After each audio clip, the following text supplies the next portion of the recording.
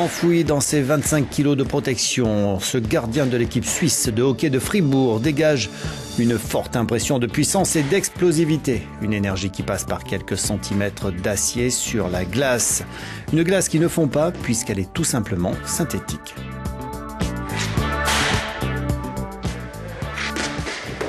On se croit vraiment sur une vraie glace. En tout cas pour les gardiens, de freiner, de pousser, ça ne gêne pas, même de glisser sur les genoux, c'est parfait. Donc ça se rapproche vraiment de la glace. L'inventeur de cette surface est un ingénieur concepteur fribourgeois. C'est par passion du hockey que Bertrand Pittet a développé son propre produit. Gardien amateur, il avait fait l'acquisition d'une mini patinoire synthétique pour s'entraîner, mais peu convaincu par le revêtement salissant, il a décidé de le fabriquer lui-même avec l'aide d'un spécialiste. Alors c'est un polymère, je ne vais pas vous dire exactement de quoi il est constitué, parce que ça c'est le secret de fabrication.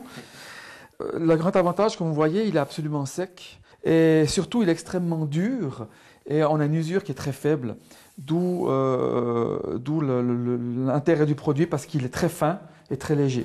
Patiner sur du plastique, cela paraît étrange et pourtant ça glisse même sans lubrifiant. Ça croche comme un peu sur la glace. Par contre, ça rassure dans les virages parce que ça croche encore plus.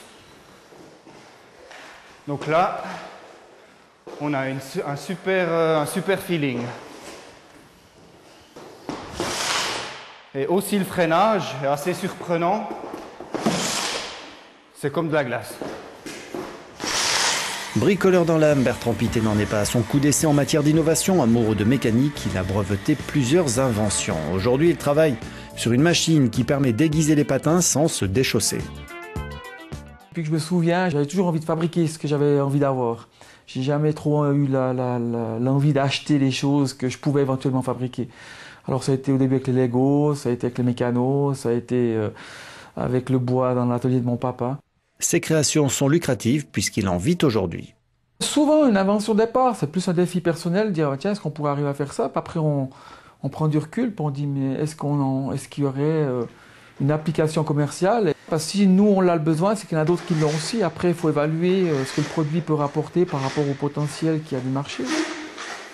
La preuve, c'est que sa nouvelle version de glace synthétique connaît déjà un beau succès. Les commandes viennent de Suisse, de France, de Scandinavie ou du Canada. Directement à mon signal hop, rotation, pic. On est toujours en Suisse. Sébastien Beaulieu, entraîneur dans un club de hockey de Genève, fut le premier à commander cette surface et il ne regrette pas son choix.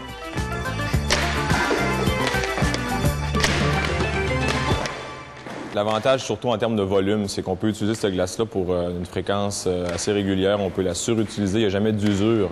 Puis le fait au niveau énergétique qu'on peut travailler tout l'été. Donc le centre est ouvert toute l'année, la glace est disponible toute l'année, ce qui n'est pas le cas avec les patinoires en termes de consommation pour garder une glace en état. Toujours en avance d'une idée, Bertrand Pittet ne compte pas s'arrêter là. Pendant que son aspirateur robot assure l'entretien de la patinoire, il peut faire autre chose et plancher sur de nouvelles inventions.